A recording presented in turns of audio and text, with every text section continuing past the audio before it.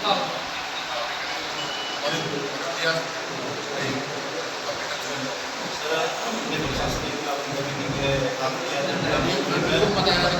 आपके साथ मिलकर चलने की चाहते हैं, लेकिन हमारी सच्चाई बिल्कुल आते हैं। आपको वही भाई आप आगे पिछली बार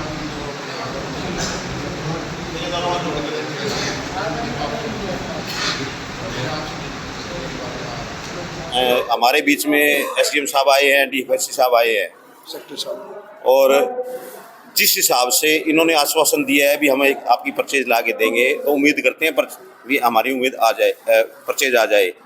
किसानों की परेशानियों को देखते हुए, लेबर की परेशानियों को देखते हुए हमने परचेज शुरू करवाने का निर्णय लिया है।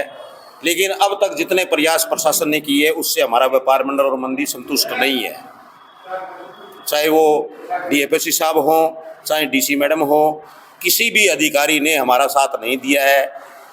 किसानों की परेशानी को देखते हुए, मजदूरों की परेशानी को देखते हुए हमने हड़ताल समाप्त करने का निर्णय लिया है। अगर 5-7 दिन में हमारी समस्या का समाधान नहीं होता तो इसी डर्रे में हम वापसी चलेंगे। खाद्य आपूर्ति विभाग के एजेंसी एक और आने से सिर्फ माल उठाने का हमें फ़ायदा होता है और किसी तरह के हमारे से इसको कोई फ़ायदा नहीं है।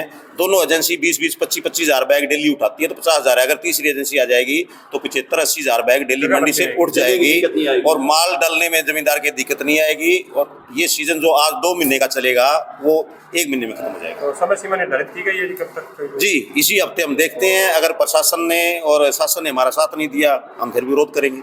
हमारे आड़ती भाई हैं, उन्होंने अभी परचेज स्टार्ट नहीं करवाने दी थी।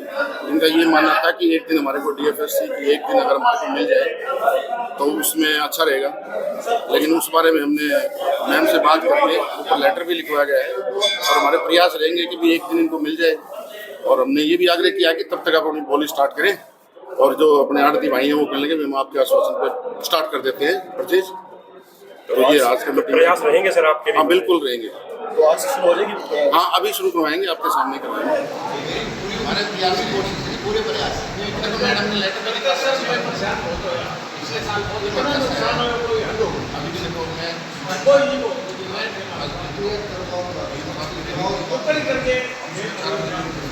प्रधानमंत्री को बोलते हुए वहाँ से कैसे अभी एक बार देखो आपको भी परेशानी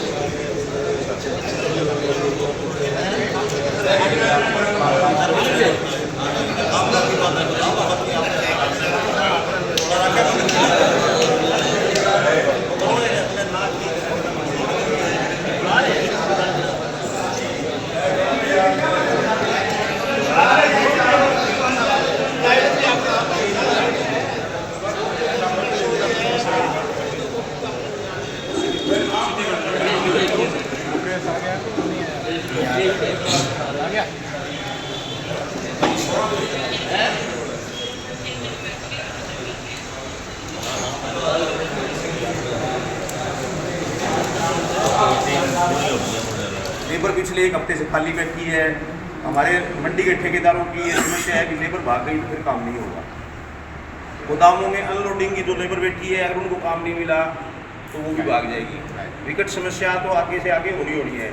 और सबसे बड़ी बात जो आज जिस स्थिति में हम बैठे हैं, हमें ये डर है कि 10 दिनों के बाद हमारे पास सामने इससे भी ज़्यादा विकट स्थिति आएगी, क्योंकि हमारा उठान नहीं होगा।